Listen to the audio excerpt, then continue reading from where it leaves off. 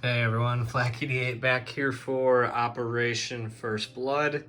This is 6.2 PAC, US PAC. Alright. Kudos and my congratulations to Captain G for pulling out one of my tricky moves from TLC, the complete auto supply and air blockade of Guam. Hats off to you, my friend. It's really cool to see your sneaky moves used against you. So very good. It's looking pretty hairy here in the Pacific. The hordes of Soviet ships are controlling the Navy. Excuse me, controlling the seas, and it's looking bad. So, there's really not a whole lot I can do this turn, but let's get into some housekeeping first and foremost. Let's go over here for the first one. All right. So, Captain G rolled my dice decider for my error in my cruise missile attack in Tokyo. Which I ended up failing. So he put a Marine back on the board, but that was incorrect. So I swapped that out with this air cav. So he now has an air cav. Next up, Sapporo is actually separated by water here that you can see. So that walk-on could not happen, and Captain G decided to just forego that move. Next up, I wonder if we can see this here. There it is. This attack bomber that did a surgical strike is going to be landing here on this heavy aircraft cruiser, if I can get it to stay.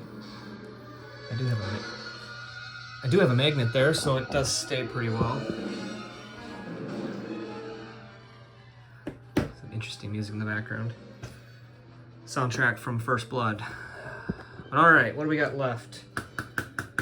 Lastly, the cruise missile facility strike in Guam, although it's hard to see, was illegal because these are all nuclear bases. Move my stuff around. There we go. See that? Those are both nuclear bases. Nuclear facilities can only be attacked with nuclear munitions. So a theater nuke, if you have release for theater, you can use a cruise missile in its nuclear capacity. Those would all... Actually, that is incorrect. Actually, that is very incorrect. Excuse me. Only strategic nukes can be used against those facilities. All right. I think that's all we have. Let's go to tech. I'm going to mix up my tech this turn since I actually finally finished one. So from the top, I will be doing AMD, and I'm going to do 2 on AMD. So we're going to set out a red here. Let me zoom out this a little better.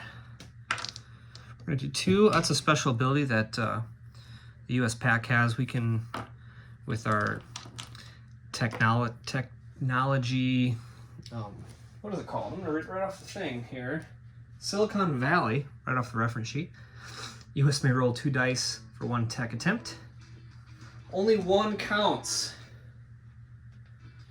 So I need to finish my anti-missile defense. So next up, I'm going to mix it up here and do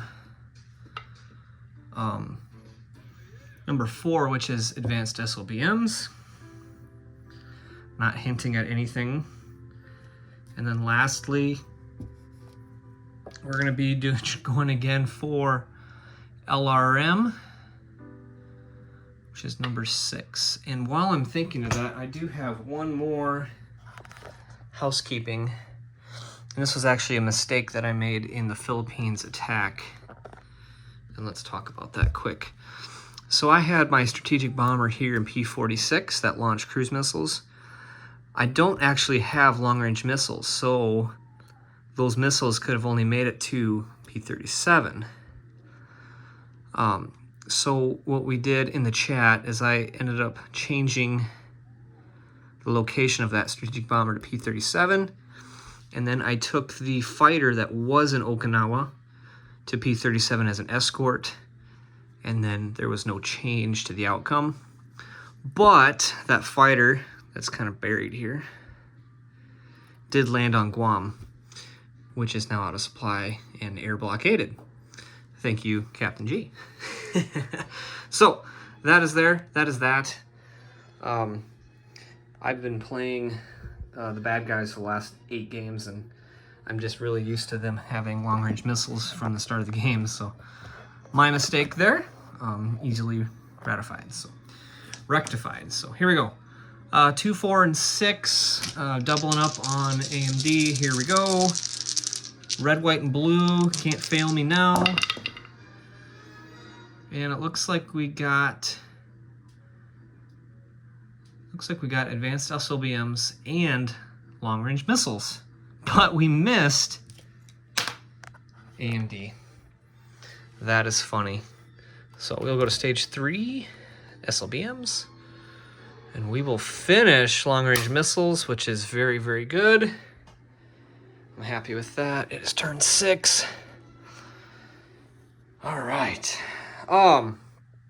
Also, Captain G also has that cruise missile that he could not fire added back to his dashboard, and he will subtract 2 from his income that he collected for having Sapporo with the bonus. So, all right. Oh, that looks really nice. Let's go over our buy quick. And we will be moving our super carrier, the Nimitz, from stage 3 to stage 2 on the build chart. The ship and facility production chart, excuse me. We're going to lay down a cruiser for 5. That is also 5 to move that down. And then we will be dropping 2 nuclear attack subs down off of South New Wales. We're going to collect 2 cruise missiles for our 2 major air bases.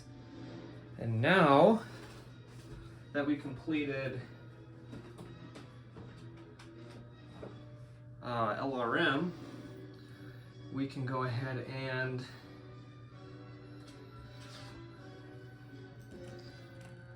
put 2 long-range, or excuse me, when you complete it, you get 2 on your dashboard immediately. And then I will also be collecting 2 for my 2 major shipyards. So I'm just gonna go ahead and put 2 chips there, like that. Okay, I'm gonna change this out to, since I have no combats this turn, I have almost nothing capable of making a combat move. I will be moving straight into non-combat. I am moving nothing up here. Absolutely nothing. Fukuoka, my 2 MBTs are back in supply because these 2 sea zones are open and I have a direct path back to a army base, but I'm still not doing anything with them.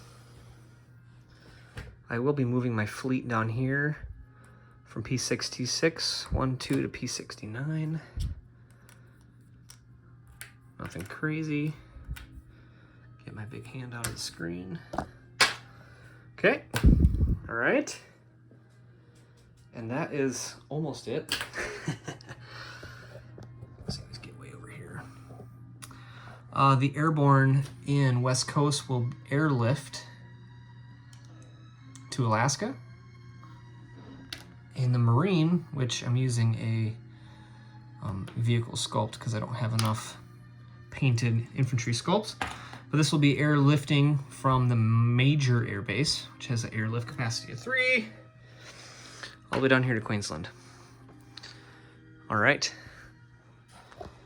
Let's go ahead and put these back on the production chart.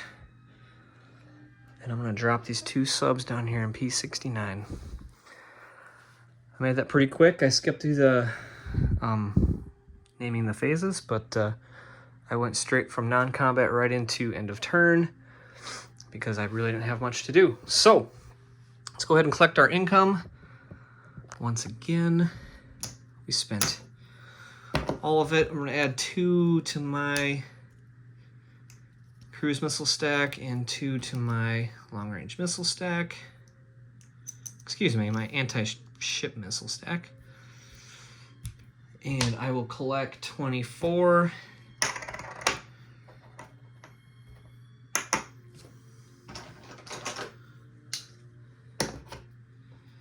And we are down 4 for oil. We are down 2 for Tokyo.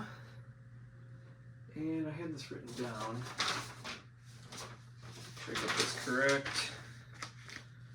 And 2 for Singapore. So we're down a total of 8.